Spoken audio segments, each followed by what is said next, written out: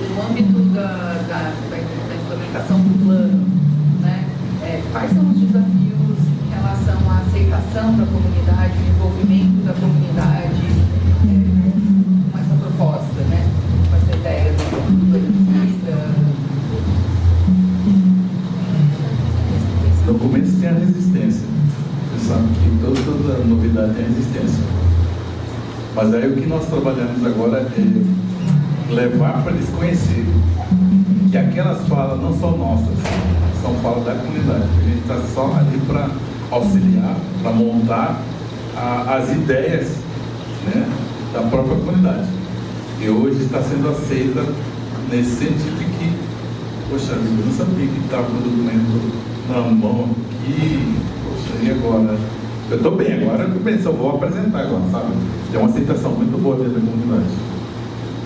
E a gente tem líderes, tem alguns líderes assim lá dentro, que naturalmente foram se formando, assim, que a gente consegue entender e olhar que eles vão dar sequência e garantir o engajamento. Tem líderes. Além desses líderes, ainda temos as pessoas que a gente está formando, como os formadores de opinião, de levar, tem aquele que eu falei, de trabalho de formiguinha. Eles vão levando esse conhecimento. Tem a gente, uns meninos que levam lá no Bonito, eles fizeram uma oficina, e foram embora de lá, sabe, com outra mentalidade. Não sabia que tinha isso. Eu tenho esse trabalho tão grande dessa maneira e não sabia que tem uma ferramenta, sabe? Então a gente está formando pessoas para ser grandes líderes do futuro.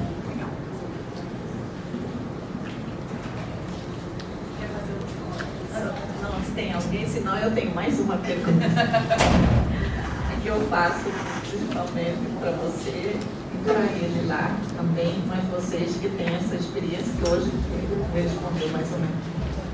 O que é que nós temos que fazer para que a população pantaneira que vive ao redor das unidades de conservação entendam da importância dele e não que ali é o lugar de origem de tudo negativo, né? Por que tem tanta resistência à unidade de conservação?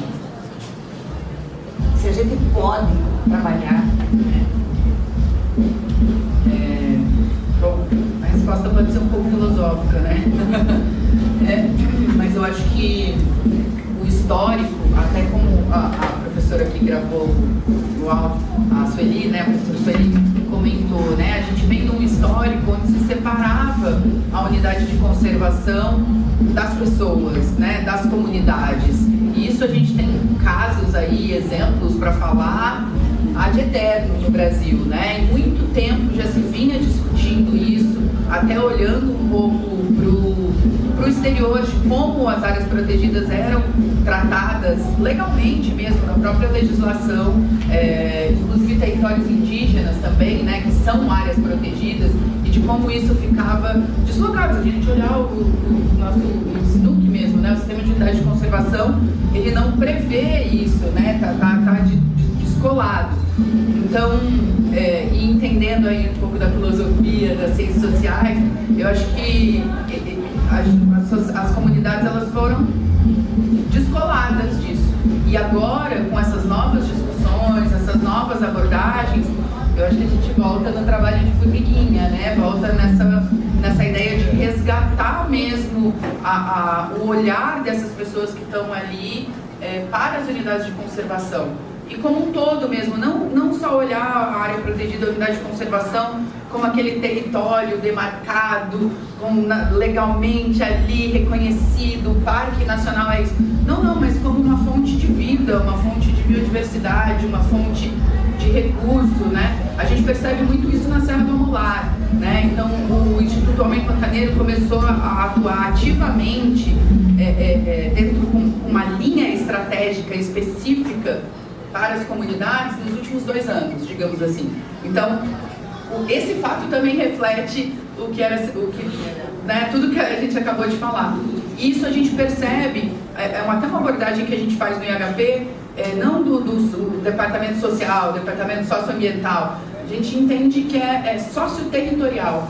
Porque pelo menos ali na Serra do Amolar, a experiência que a gente viu é como as pessoas que vivem ali estão ligadas diretamente ao território. Então a gente elaborou um mapa social, por exemplo, tem N insights, né, N dados ali, entendimentos, mas um dos mais bacanas é entender que as pessoas, as comunidades ribeirinhas, as pessoas que vivem ali, elas não querem deixar o território, não é uma intenção delas, né? Todo modo de vida é organizado ali. Então, eu acho que é um trabalho de formiguinha que a gente vai construindo com esse novo olhar sobre as unidades de conservação, sobre as áreas protegidas, para que essas pessoas de fato se sintam parte. E aí também é responsabilidade para a gente, que está atuando, que está pensando, que está pesquisando, que está produzindo ciência, produzindo leis, né, ou respeitando elas, que a gente possa ser um influenciador positivo para que cada vez mais as pessoas, gente, esteja presente. Assim, eu vejo que a ecologia, ela prevê, né, e não só o ambiental de forma separada. Então, além disso, eu não estou aqui para defender ninguém, tá, gente? Eu preciso falar só de carreira, eu tenho uma só. Eu tenho da carreira. Mas uma questão, acho que vale a pena a gente, que eu vejo, né? Que a gente tem um sistema, a nossa cultura, o nosso sistema, quando ele institui leis, as coisas vêm de cima para baixo. Né? E o SNUC é isso. Veio de um grupo de pessoas que querem proteger o ambiente, utilizou-se dos nossos políticos, né, deputados, senadores, e criou-se uma lei, agora cumpra-se, né? Outra coisa, as unidades de conservação, na minha visão também, elas não são só para as comunidades, é para a sociedade como um todo. Tudo bem, nós temos a região do Polar, mas se eu pegar o Parque do Rio Negro, eu não tenho comunidade, eu tenho proprietários rurais, né? E a participação desse grupo é muito importante. A gente estava até comentando com um colega agora há pouco, muitas vezes a gente faz esse tipo de rodada de conversa com a gente mesmo. Eu ouvi, foi num evento lá em Foz do Iguaçu recentemente, a gente está lendo muitas vezes a Bíblia para o bispo, né? Então a gente precisa tornar possível que essa discussão chegue a todos, né? E talvez esse seja um dos desafios aqui no Pantanal do Mato Grossense, né? E em Mato Grosso do Sul especificamente, mas que não é muito diferente do país, para permitir que essa discussão saia da sociedade como um todo. Comunidades são importantes, né? São quem sofre muitas vezes os principais impactos negativos, mas a gente tem muitas resistências por parte daqueles que muitas vezes nem está lá no Pantanal, é o dono da propriedade. O Pantanal está tendo muita proprietário vindo de fora, né? São Paulo, sei lá, Rio de Janeiro, até fora do país, e eles não estão vivendo aquilo muitas vezes. Então isso torna uma base de discussão muito grande entre quem está lá, quem não está, né? E todo mundo, é o que eu estava comentando, a gente faz a gestão de unidade de conservação, não estou nem falando, né, das áreas indígenas, mas a gente está administrando algo que todo mundo entende um pouquinho, né? Do seu jeito, e agora a gente precisa administrar esse conflito. Então é mais uma provocação mesmo para a gente pensar. Eu acho que quando a gente fala dos planos de gestão territorial para terras indígenas, eu percebo isso como um grito de socorro. Porque por muitas vezes essas comunidades, elas tentam fazer o diálogo com o poder público e não conseguem. Então é muito triste você ver a comunidade chega lá, leva suas demandas e aí as pessoas falam, faz um projeto e traz. É sério, mas como que faz um projeto? Sabe? Como que eu desenvolvo? Como que eu faço esse desenho?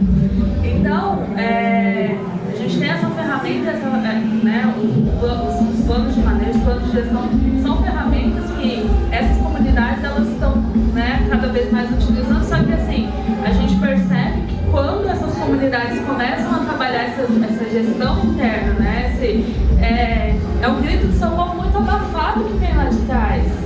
Né? Então, assim, como que a gente quebra essa bolha também de falar? E não é que essas comunidades elas estão isoladas, estão fechadas, não querem dialogar, não, elas estão aqui prontas para o diálogo, elas querem ser vistas, né?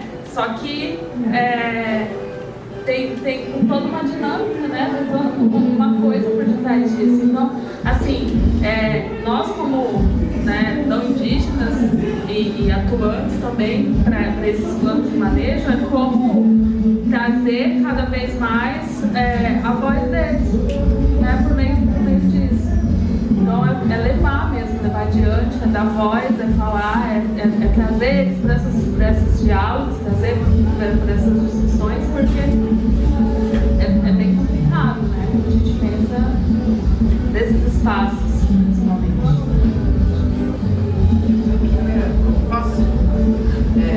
Para todos também, puxando um pouco para a minha linha, também do uso público, né, das unidades de conservação que prevêem o uso público, um pouco dessa dificuldade e também da ideia da inclusão da sociedade como um todo e de entender as diversas funções da unidade de conservação, né, e a gente percebe muito isso, inclusive parques nacionais, por exemplo, que prevêem o uso público, o quanto, na verdade, essa ferramenta ela está parada, ela está inutilizada por N fatores. Inclusive, o quanto o entendimento do uso público não conversa com o próprio mercado do turismo mesmo, do ecoturismo, do turismo sustentável, né? E de como essa dinâmica acontece. Eles atuam, mas atuam de forma absolutamente descentralizada, né? Então, qual seria a importância desse entendimento, assim, eu queria entender um pouco da visão, assim, do Imaçu nesse sentido. Isso que você falou é mais pura verdade e a gente tem essa preocupação. Inclusive, recentemente, a gente deslocou uma colega nossa, na verdade, que me substituía na gerência, para a Fundação Turismo, com esse objetivo, Flávia Meri, né? Porque a gente tem essa dificuldade mesmo, né? Como integrar o lado econômico da unidade de observação, principalmente de proteção integral, que é onde permite ter a economia e a sustentabilidade financeira dela é o turismo, né? Então a Flávia ela foi para lá com esse intuito, inclusive do outro lado também, né? O próprio turismo não tem essa visão, muitas vezes ele olha só o mercado dentro da unidade de conservação e esquece que ela tem um outro objetivo. Então, esse está sendo uma forma que o governo do Estado está fazendo para poder atingir esses dois públicos, né? Só para ter uma ideia, o último Avistar, o Avistar, gente, é um encontro nacional de observadores de aves, que acontece em São Paulo uma vez por ano. E o Mato Grosso do Sul, ele levou para lá uma rota de observação de aves nas unidades de observação da Mata Atlântica dentro do Estado, o Parque Estadual do Vale do Iriema. E era o grande mote do negócio. E já na semana que vem, eu estou indo lá para Nova Andradina lançar esse produto na unidade de conservação. Não precisa muitas vezes de uma infraestrutura muito grande, precisa começar, né? E quem sabe um dia a gente chega lá naquilo. Então, é uma preocupação. Nós temos ainda alguns passos a dar, né? O próprio Estado está publicando normas para condutor de visitante em áreas estaduais, né? Unidade de conservação estadual, regulamentando essa questão, porque o que acontece na unidade de conservação também volta àquela questão, nós temos uma regra para cumprir, o plano de manejo, né, que precisa ser adaptado sempre para isso, como que ele vai ser trabalhado, aquele turismo não é só colocar a pessoa lá dentro, e muitas vezes, já aconteceu comigo, uma vez eu fui fazer um programa de trilhas dentro de uma unidade de conservação em Campo Grande, área urbana, teve uma denúncia do Ministério Público, porque eu não estava seguindo o plano de manejo. Na verdade, tinha nem um plano de manejo, né? A gente queria abrir uma trilha e eu tinha que responder. Então, tem esse conjunto todo para a gente avançar. Temos uma pergunta aqui para o Leonardo, do Pedro Mendes. Existe intenção de promover a alteração normativa vinculada ao dinheiro do ICMS ecológico para que os municípios apliquem parte do recurso na proteção de RPBNs? Olha, o Pedro não está ouvindo. Eu fico secretário de RPPN. Pessoal, a gente queria muito poder avançar e chegar nesse ponto. Vai ser uma inovação quando isso acontecer. Se eu não me engano, o Paraná, o Rio de Janeiro, os dois têm alguma coisa mais à frente, né? Mato Grosso do Sul ainda não. A gente tem um pouco de medo de mexer no ICMS ecológico, porque a gente pode perder o objetivo do programa que foi criado na época, que ele foi criado para compensar quem protege áreas. Hoje ele está desvirtuando, né? Já começou a premiar municípios que têm ações em resíduos sólidos, já tirou uma porcentagem. E cada vez que a gente abre, pode acontecer de entrar um novo componente ambiental importante também, não vou dizer que não é, né? Mas a gente tem muitos proprietários de RPPN que têm nos colocado contra a parede, né? Hoje, o que a gente conseguiu fazer por enquanto? Na nossa tábua de avaliação, que é algo que a gente pode mexer anualmente, a gente incluiu lá a necessidade de uma perguntinha. A gente pergunta se existe algum termo de cooperação com o município, porque ele recebe o semestre ecológico, né, para poder ajudar a RPP em alguma coisa. Então, se ele pontua aquilo lá, ele vai ter um pontinho a mais e vai melhorar a arrecadação do município. Não é muito ainda, mas tem muito que avançar nisso, né? E vale a pena a gente debruçar, porque hoje a conservação no Pantanal, principalmente, é feito aqui em Mato Grosso do Sul, é por RPPs. Nós temos muito poucas, se não me engano, são só 2 parques, o estadual e o municipal de Corumbá, dentro do Pantanal, né? E algumas outras, mas as RPPs é o grande grupo de unidade de conservação que conserva essa região. Obrigado pelo toque, mais uma vez. Olá, meu nome é Leandro, eu sou da Fundação Bung, sou formado pela UFMS, estou muito feliz de retornar aqui. A gente está trabalhando com o fortalecimento de brigadas indígenas, um pouco da provocação da professora. A gente tem observado que os dados estão indo para diversas plataformas em vários locais, então a questão para mim do geoprocessamento também é uma tomada de decisão de consertação dos dados, né? A sala de situação do próprio IBAMA tem o ROI do IBAMA, tem o Pantera do 1,5 grau. A gente vê em outros estados outras ferramentas, né? E aqui a gente vê um monte de dados, informações importantes em relação a respostas climáticas e riscos, né? Tem o painel do IPCC que é fantástico, das questões das comunidades indígenas, o ISA domina essas plataformas também, esses mapas. Como é que a gente pode consertar? Então, voltando um pouco à provocação, assim, professor, como é que a gente pode consertar, concentrar essas informações para que a gente possa, aí também como investidor social, encontrar uma base de escolha de opção de investimento? É por aqui, é isso aqui que faz sentido para mim. O que eu tenho visto é essa pulverização das informações, né? E o que vocês indicam? Assim, aonde que seria algo a ser fomentado de consertar essas informações? Se alguém tiver uma posição. Você está morando no Mato Grosso do Sul ou saiu para fora? É importante todo mundo conhecer isso aqui, tá? O governo do Estado de Mato Grosso do Sul, ele possui a primeira legislação do plano de manejo integrado de fogo para o Estado. Nem o governo federal tem. Então, hoje, isso foi uma inovação muito grande. Lá foram criados alguns instrumentos importantes. Um deles é uma coordenação geral dessa questão de fogo, que é chefiado pelo secretário de Meio Ambiente, participa o secretário da Casa Civil, né, o secretário de Governo, participa quem manda no Estado participa ali, né, bombeiro e tudo mais. E dentro dele existe um comitê. Esse comitê já desde 2000 é o Comitê Interinstitucional de Prevenção e Combate a Incêndios. E até convido vocês, vai fazendo um convite aqui na Praça dos Outros. Nessa sala do lado aqui, por volta de 1h, 1h30, vai haver um painel desse comitê, amanhã, isso bem lembrado. E onde as instituições vão poder trabalhar isso, né? E essa legislação específica, que a gente está criando ao longo do tempo, na qual eu sou secretário executivo do comitê, possui algumas estruturas muito importantes. Nós temos um local de monitoramento, me ajuda aí, sala de situação, né? Integrada, o nome é isso, é integrado exatamente para integrar as diversas informações. E lá nós temos o IBAMA, o Corpo de Bombeiros, o Ministério Público, o IMASU. Então a gente tem tudo isso. E essa sala de situação, fisicamente, ela funciona hoje no comando da Polícia Militar Ambiental, militar do Estado, onde está, inclusive, todo mundo está lá olhando agora, né? São monitores enormes, onde integram todos os sistemas possíveis para a tomada de decisão. Então, existe lá a Diretoria de Proteção Ambiental do Corpo de Bombeiros, que está olhando, encaminhando as informações para o SICOI, que é essa coordenadoria, que fala, agora a gente vai fazer isso, agora nós vamos pedir ajuda do governo federal, né? E assim por diante. Então, essa tem sido um grande esforço do Estado, a gente tem conseguido avançar bastante nessa linha. Parece-me que o Pedro quer contribuir. Só para complementar, um dos sistemas que foi desenvolvido, inclusive pelo próprio Corpo de Bombeiros Militar do Estado, que está embutido nessa plataforma, é o mapeamento de todos os esforços que existem aqui na região.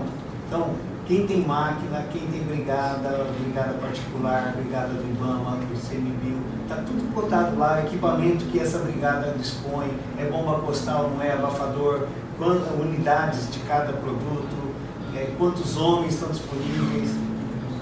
Então é bem completo realmente. Agora, foi existe... apresentado a segunda-feira passada para o Ministério do Meio Ambiente, nós tivemos a visita lá. Então o pessoal do Ministério veio assim querendo até dar um comando, né, dizer assim, ó, vamos chegar e vamos centralizar as ações. Então eles entraram para sentar junto com a gente e o Estado de Mato Grosso do Sul é que centraliza as ações.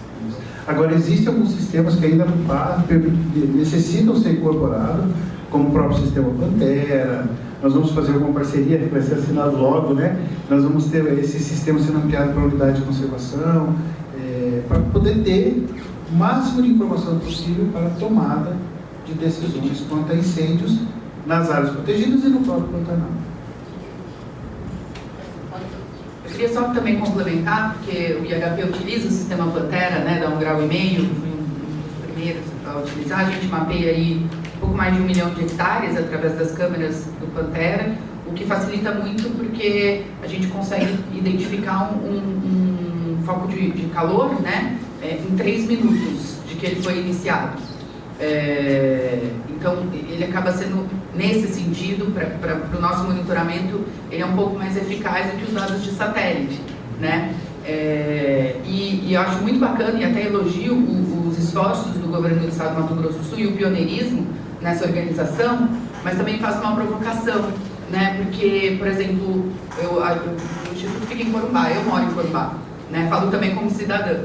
Então, a gente tem um sistema extremamente robusto, uma organização extremamente robusta de coleta de dados, de análise de dados, é isso. Temos uma sala de situação, e aí a pergunta que eu faço é, como não prevemos que o fogo começaria mais cedo? Né? Porque a gente entende que esses tipos de coleta de dados, a gente tem capacidade de fazer projeções, né? Então a gente ouviu muito esse discurso, enquanto a cidade de Corumbá estava inteira de fumaça, de que, nossa, nós tínhamos um plano, mas a gente imaginou que fosse em agosto, né? E para quem está lá vendo o fogo, o IHP tem uma brigada, que é uma brigada permanente, que atua principalmente na prevenção, né? Na recomposição e na proteção da reserva da rede amolar, né? Então, o nosso foco é realmente proteger a rede amolar, esse berço de biodiversidade. Então, a nossa estratégia está sempre focada em evitar que o fogo chegue até lá. Obviamente, por conta da estrutura que a gente já tem, a gente atende ali as comunidades ribeirinhas, né, que chegue até as casas como aconteceu, outras propriedades por conta da nossa infraestrutura, mas nosso foco é a rede amolar. Mas esses questionamentos do tempo de resposta, eu acho que é algo que o governo do estado tem toda a capacidade de que, de alguma forma, a gente evolua. Infelizmente, hoje a gente tem um instrumento altamente burocratizado, né? Então, olha, eu tenho recurso, mas vai demorar 45 dias para liberar, né? Eu posso ajudar daqui 45 dias. E a gente entende isso, não é uma crítica necessariamente, mas é uma provocação para que a gente busque alternativas para que esse tempo de resposta diminua, né? No nosso caso específico, Serra do Amolar, é um ambiente remoto, de difícil acesso, né? A Brigada Alto Pantanal, inclusive, existe um pouco para isso, ela dá esse suporte porque ela já está lá, ela domina aquele território, ela conhece aquele território, né? A gente tem trator lá nas bases que consegue deslocar e auxiliar. Mas em outras áreas, falando numa dimensão territorial do Pantanal, né? Então, deixo aqui essa provocação saudável para que a gente possa dar esse passo. Os alertas têm sido feitos desde dezembro, inclusive pela Semadesp.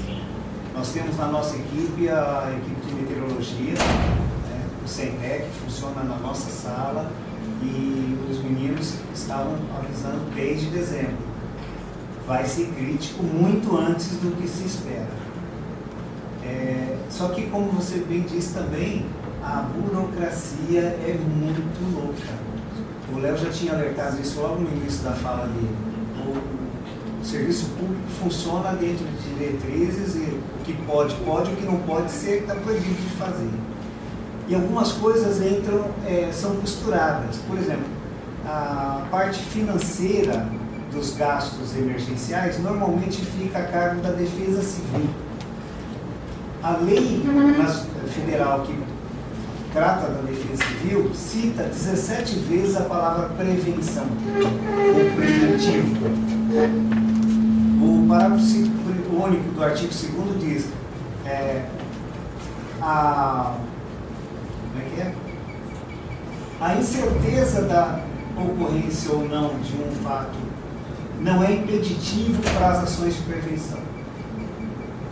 E a gente tem a certeza já pela ciência de que o ano seria crítico. Muitos anos de seca, não tivemos as chuvas da parte de janeiro, fevereiro e março. Tudo isso estava sendo indicativo de vai ter problema de incêndio.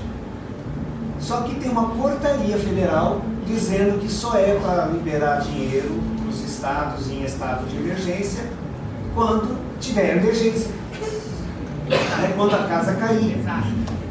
E aí não tem então, tempo agora, hábil, só pudemos lançar mão do decreto estadual de emergência com códigos COBRAD, que é da Defesa Civil, no início dessa semana. E aí o governo federal reconhece a existência dessa emergência e libera as verbas da Defesa Civil para pagamento de diárias, para transporte, para combustível, para um monte de coisa. Tanto é que essa semana choveu de aeronave em cima de Corumbá, vindo para apagar incêndio. E assim, eu acabei de sair de lá e assim, resolveu, assim, 5 dias, sabe? Finalmente, depois de 20 dias de fumaça, 5 dias chegou tudo e resolveu, mas foram 20 dias de fogo, Só que das ferramentas que você propõe, alguma delas a gente conseguiu, o Estado conseguiu dar uma resposta. Foram instaladas 13 bases avançadas de monitoramento. Eles não estão ainda preparados, como a gente gostaria, com máquinas e tudo mais, mas são 13 bases avançadas distribuídas no Pantanal para monitoramento de episódios de fogo e que estão em comunicação constante com as centrais, de forma a poder melhorar o tempo de resposta. Então a gente, gradativamente, como o Léo disse também, está adotando mecanismos que a União ainda também não dispõe. Acho que esse é o desafio, como integrar tudo isso e